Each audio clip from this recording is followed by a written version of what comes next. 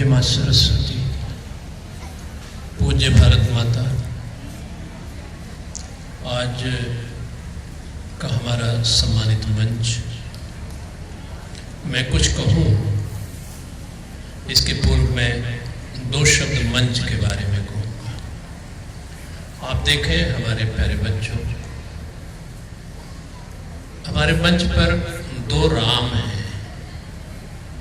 एक माननीय हृदय राम जी और दूसरे आदरणीय दया राम जी। और दोनों में हृदय और दया एक दिव्य गुण है। जब दिव्यता का सामंजस्य होता है तो वहां रामत्व की अभिव्यक्ति होती ही है। इस दृष्टि से ये मंच बड़ा अभूतपूर्व है। हमारे दोनों राम, हमारे सम्मानित प्राचार्य जी और हमारे एक बड़े ही कुशल कठोर मार्गदर्शक की भूमिका में हमारे दाहिनी तरफ बैठे हुए हमारे बाबू लाल बहादुर सिंह जी, हमारे सभी जितने प्रबंध समिति के सम्मानित सदस्य, वो हमारे सभी सम्मानित आचार्यों आचार्य बहन, हमारे बहुत ही प्यारे भैया बहनों और इस विद्यालय में जितने हमारे अभिभावक वृंद आए हैं, उन सबको नमन करते हुए आज इस स्वतंत्रता दिवस की हार्दिक बधाई, अभिनंदन, वंदन। हमारे प्यारे बच्चों ने गीत के माध्यम से, विभिन्न भाषाओं के माध्यम से बहुत ही अच्छी प्रस्तुति की, जिसकी हम जितनी तारीफ करें वो कम है। और इनका प्रेजेंटेशन, इनकी अभिव्यक्ति रियली इस बात का द्योतक है कि हमारे विद्या भारती के विद्यालय अद्वितीय है। मैं अंग्रेजी और हिंदी सभी विद्यालयों में आता जाता हूँ और मुख्य अतिथि के रूप में आता हूँ, तो हर जगह का अनुभव भी है। लेकिन मेरे प्यारे बच्चों, तुम जैसा कोई नहीं। और तुम्हें जान करके ये सुखद आश्चर्य होगा कि मैं जब कॉन्वेंट स्कूल में जाता हूँ तो बहुत सारी आपका अनुकरण वो इंग्लिश स्कूल में करना शुरू कर दिए। आप इतने अनुकरणीय हैं। और दूसरी चीज, आप उन दो सबसे महत्वपूर्ण विद्यालयों में इस जनपद में हैं जिनकी शाख पूर्वी उत्तर प्रदेश में बहुत ही ज्यादा प्रतिष्ठित है। वन ऑफ द बेस्ट या सेकंड टू नन में आप हैं। ये हम सबका सौभाग्य है कि हम इस विद्यालय से इतने आत्मीय तरीके से जुड़े हुए हैं। आज स्वतंत्रता दिवस है, इसके बारे में बहुत सारी चीजें हमारे प्यारे बच्चों ने बताई। आज श्री अरविंद का जन्मदिन भी है, जिनके बारे में बहुत कम कहा सुना जाता है। आपको मैं निवेदन करूं कि सन 1909 में श्री अरविंद के गुरु ने कहा था कि भारतवर्ष 1947 में स्वतंत्र हो जाएगा। शायद आप में बहुतों को नहीं मालूम। और 15 अगस्त 1947 को जो देश स्वतंत्र हुआ, 15 अगस्त श्री अरविंद का जन्मदिन है और उनका जन्म 1872 में हुआ था। वो ICS थे, जो आज का IAS है। लेकिन देश प्रेम उनमें इतना भरा हुआ था कि अंग्रेजों की नौकरी उन्होंने करना स्वीकार नहीं किया। जबकि इतने मेधावी छात्र थे वो कि उनके एग्जामिनर ने ब्रिटिश गवर्नमेंट को लिखा कि इनको फिर से बुलाया जाए। लेकिन चूंकि भारत के प्रति एक क्रांतिकारी उनकी योजना थी, जिसको अंग्रेजों ने समझ लिया था, और वो समझ गए थे कि हमारे लिए ये बड़ा खतरनाक होगा। आपको जान करके ये ताजुब होगा कि सबसे ज्यादा अंग्रेज लोग किसी से डरते थे तो थे श्री अरविंद। कहते थे कि सारे क्रांतिकारियों को अगर जेल में बंद कर दिया जाए, श्री अरविंद को बाहर रखा जाए तो क्रांतिकारियों की एक फौज खड़ी कर लेगा। इसलिए 1908 में इनको गलत तरीके से अलीपुर जेल में बम कांड में फंसा दिया था और वो उनके लिए वरदान हुआ, जहां पे भगवान कृष्ण के दर्शन हुए और भगवान कृष्ण ने उनको भारतीय धर्म की और भारत के भविष्य के बारे में काफी कुछ बताया और गीता का उन्होंने उपदेश दिया। आपको जान करके ये भी सुखद आश्चर्य होगा कि भगवत गीता का उपदेश केवल अरविंद को और श्री अरविंद को ही दिया गया है और किसी को भगवान कृष्ण ने साक्षात गीता का उपदेश नहीं दिया था। कुछ कम हो, आवाज जरा देखें, कुछ कम हो। Hello hello. और 14-15 की रात में उन्होंने एक त्रिचापल्ली को एक संदेश दिया था, जो बाद में प्रकाशित हुआ, जिसमें 5 स्वप्न थे, 5 विजन ऑफ श्री अरविंदो थे, वो उन्होंने बताया। और उसको जब पढ़ेंगे तो आपको लगेगा तो जो भारत के लिए उन्होंने कहा था, जो भारत के वर्तमान के लिए उन्होंने कहा है और भविष्य के लिए जो कहा है, वो सब चीजें घटित हो रही। इसलिए हमें श्री अरविंद को इस परिप्रेक्ष्य में पढ़ना चाहिए। आज 15 अगस्त के दिन इतनी स्वतंत्रता की बात आपने सुनी, लेकिन एक चीज का ध्यान हमें और भी करना चाहिए कि 14 अगस्त भी भारत के लिए कम महत्वपूर्ण नहीं है। वो 14 अगस्त इसलिए महत्वपूर्ण है कि वो विभाजन की विभीषिका का दिवस है। अंग्रेज लोग जा रहे थे, लेकिन उन्होंने हमारी कमजोरियों को, जैसे भारत के 2 टुकड़े कर दिए थे और पाकिस्तान का विभाजन कर दिया। लेकिन पाकिस्तान का विभाजन जो है स्वार्थगत तरीकों से हुआ, जबकि भारत एज सच इस चीज को नहीं चाहता था, लेकिन वहाँ के जितना चाहते थे, प्लस हमारी कुछ कमजोरियाँ थी, जिसकी वजह से पाकिस्तान विभाजित हो गया।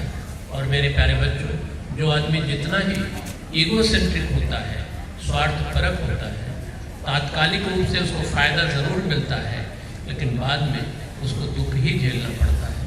आप पेपर के माध्यम से, टीवी के माध्यम से इस चीज को देखते रहते हैं कि आज पाकिस्तान में कितनी दुर्दशा है। वहाँ के लोग बहुत सारे ऐसे कह रहे हैं कि हमारा विभाजन जो है अनायास है और ये विभाजन अस्थायी है। ये अखंड भारत बनेगा, ये रहेगा, आगे बढ़ेगा, इसकी एक तरह से गारंटी है श्री अरविंद ने, जो एक युग दृष्टा से उन्होंने दिया है। और 3 से 70 का हटना, 35 से का हटना इस दिशा में एक प्रभावी कदम है, जो एक तरह से पूर्व निर्दिष्ट था। वो आगे अखंडता की तरफ भारत बढ़ रहा है। और मैं एक निवेदन करूँ, अभी मैं 3-4 दिन पहले एक कार्यशाला में गया था, संघ की कार्यशाला में था, जहाँ कुछ बड़ी महत्वपूर्ण बातें उभर के आई। आप जानते हैं कि भारतवर्ष एक परिवारों का देश है, लेकिन पश्चिम की नकल करते हुए यहाँ न्यूक्लियर फैक्ट्री बढ़ रही है। लेकिन आपको जान करके ये बड़ा आश्चर्य लगेगा कि अमेरिका की जो ऋण है वो 36 खरब डॉलर है, ऋण कर्जा, और वहाँ की जीडीपी 27 खरब डॉलर है।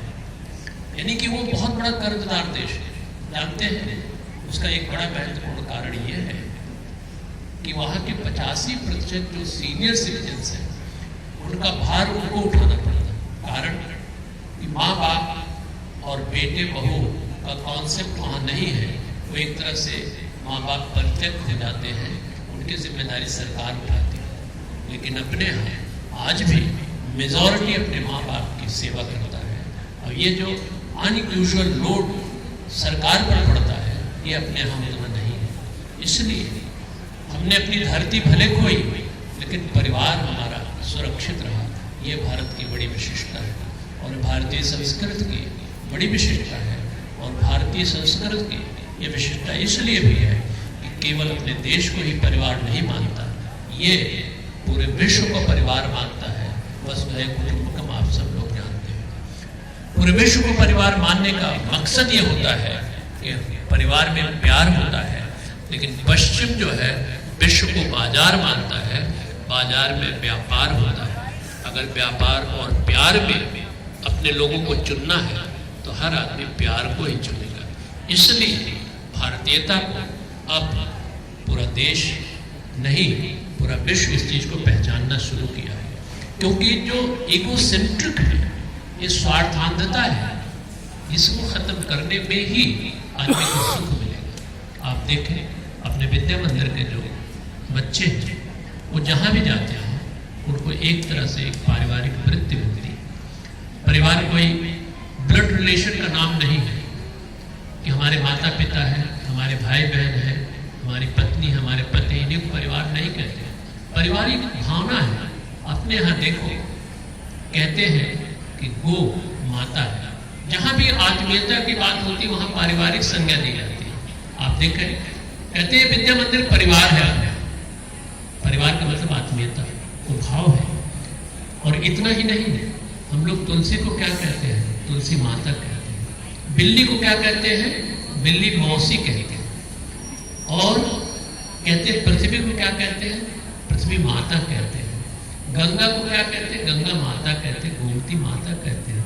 ये जो पारिवारिक शब्द है ना, ये एक बहुत ही भावनात्मक शब्द है। इसलिए ये भारत की बड़ी विशेषता है।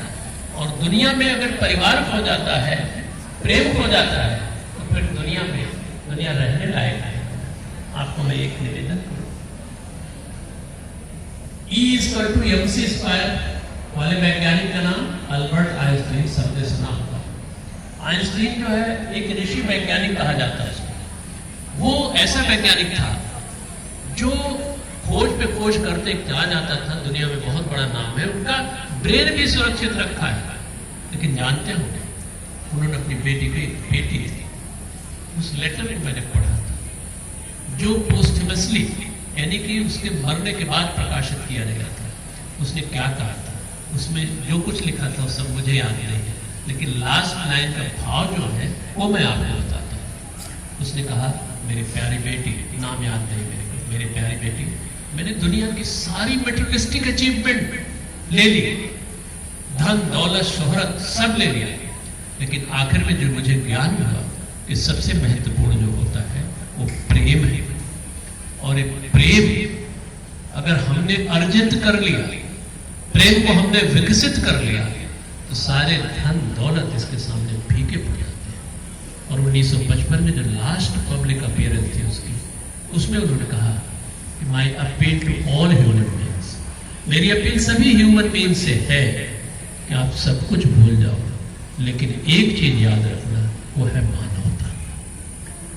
आज हमारे स्टेज पे इसीलिए मैंने कहा कि दो राम हैं, उनके साथ जो दिव्यता, हृदय और दया जुड़ी हुई है, ये एक प्रेम का प्रतीक है। देश में कठिनाइयां आती हैं, बिना कठिनाइयों के देश आगे नहीं बढ़ता है। आप में हमारे बच्चे बहुत सारे धूप में बैठे हुए कठिनाई में बोर भी हो रहे हैं, लेकिन कभी बोर होकर के भी कुछ चीजें सुन लेनी चाहिए। कभी उसका इम्प्रिंट जो है आपके अंदर रहता है, कभी याद भी करते हैं, कभी हमने सुना है। आप देखो, रामचंद्र जी मर्यादा पुरुषोत्तम माने जाते हैं, लेकिन उनके जीवन में कितनी कठिनाइयां हैं, रामचरितमानस में हमने पढ़ा है। लेकिन ये भी है, उन कठिनाइयों का एक महत्व भी है। वो कठिनाइयां अगर राम के जीवन में नहीं आती, तो उनके पराक्रम का प्राकट्य नहीं हो सकता। रामचरितमानस जैसा ग्रंथ नहीं प्रकटित हो सकता था।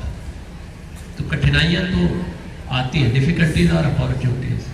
आपके यहाँ कोरोना आया, कोरोना में आप सबका बड़ा योगदान रहा, और आपको जान करके सुखद आश्चर्य हुआ कि इतने लोग मरे हैं पूरे विश्व में, लेकिन कोरोना के वैक्सीन की व्यवस्था और मैनेजमेंट जितना अच्छा आपके देश में हुआ, उतना किसी भी देश में नहीं हुआ। वाई यहाँ पे प्रेम है, देश के प्रति प्रेम है।